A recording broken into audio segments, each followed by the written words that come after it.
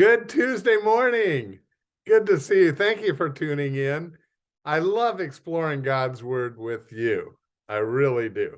Hey, we're talking about how to make godly decisions this week, or how to be in the center, how to be in God's will. And we talked about yesterday committing to do the things that the Bible tells us to do. If it's not in the Bible, and it's outside of what God says us to do, you know it's not the will of God if it's sin. Anyway, we did that. Hey, before we go any further, and before I give you the second principle, I just want to mention, especially for those who are part of Saddleback Church Laguna Woods, that tonight is a great time of fellowship. It's our evening of worship, and it's going to start at 5 o'clock, Clubhouse 7. And this month, we're going back and like we did for years, and we're having a potluck dinner.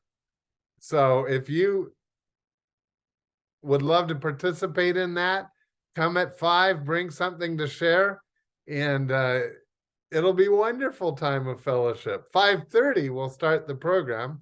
If you don't want to participate in the dinner, just come at 5:30.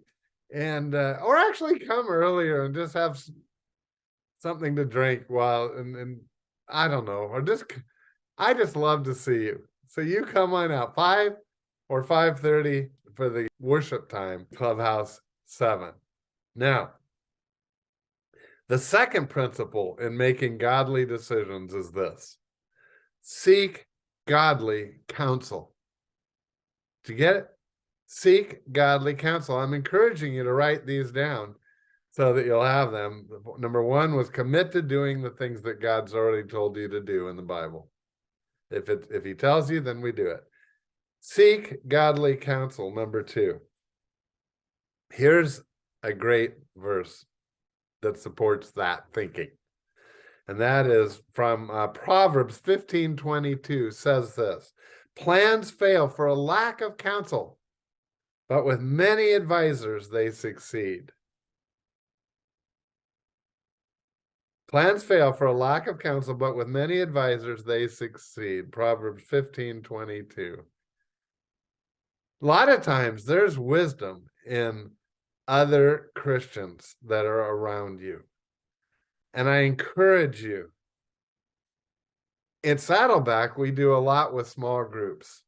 That puts us not only together on Sunday, but in a small setting where we can pray for one another and share the wisdom of God together in a small group. And those groups are anywhere from 6 to, well, we have some as large as 16 and more.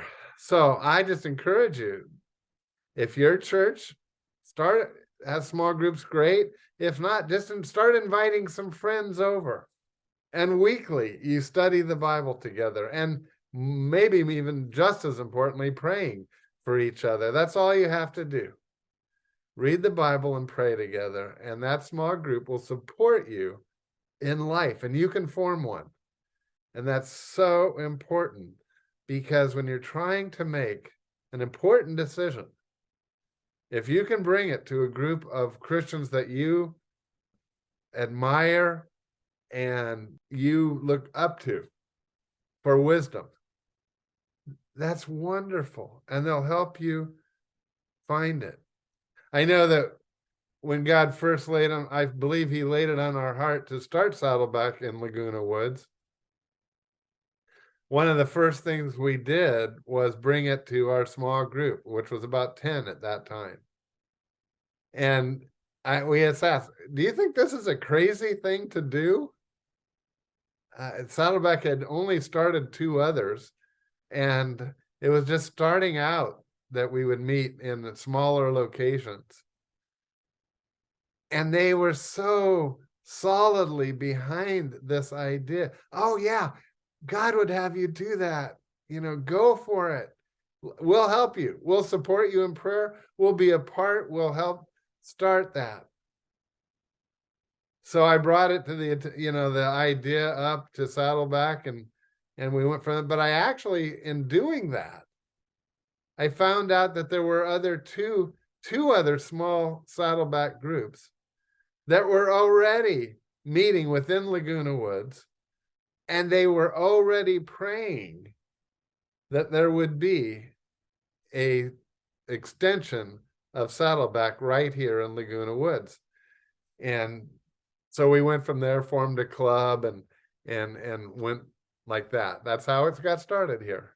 And that was over 14 years ago. One of the key ways to be convinced that it was the right thing to do, I brought it to a group of other believers who thought it was a great idea. I encourage you, if you have to make a big decision, bring it to a group of others. Now, there's another aspect of this. May I read you one more verse? It comes from Romans 12, verse 2. It's a little more indirect, but it actually says, if you want to know God's will, you do this, okay? And here's Romans 12, 2. Do not conform any longer to the pattern of this world. That is the culture in which we live and what they're telling us on how to live our lives. No, but be transformed by the renewing of your mind. Then, if you do that, you will be able to test and approve what God's will is, his good and perfect will. I get out of that God's saying, your mind is being totally influenced by the culture in which you live. But don't let it happen. It's not a godly culture. And certainly, I don't think I need to convince you that that's true right now in our country. That's not the overwhelming thinking. What would God have us do? No, not at all, is it? In fact, it seems like an awful lot of rebellion against God, and a lot of ungodly principles and ungodly things are being foisted upon us. So how do you renew your mind then? Well, there's several ways, but one is making sure, like we had just said, the seeking godly counsel, make sure you're living your life with other believers, with other followers of Christ. And you doing that, you influence one another. Hey, honestly, by tuning in this show and starting your day off thinking about the Lord and thinking about his principles or a verse for the day or whatever we happen to do on a given day, you're helping to renew your mind in a small way, but it's an important way. So I thank you for doing that. But that is true, not only being around other Christians, but letting the Bible influence you. And how do you do that? Well, you got to start by reading it. I encourage you, if you're just starting, read through the book of John first, or at least read through the Gospels. And then, go to a men's Bible study. Our men are studying through the Gospels right now. Wonderful. It's free, and it will influence your mind. Same for the women. When they offer things, and both include sociability of being around others. So it actually accomplishes other things. Don't pass up the opportunity with being with Christians tonight. Pastor Dick Whitten is preaching on how to share Jesus without fear. That's the topic of his sermon tonight. Man, that'll be a great one. It's things like that. And if you're a part of another church, I know your church offers opportunities to be with other believers. Don't pass them up. According to this, that when you be transformed by the renewing of your mind, in other words, it's less and less this culture and more God's culture.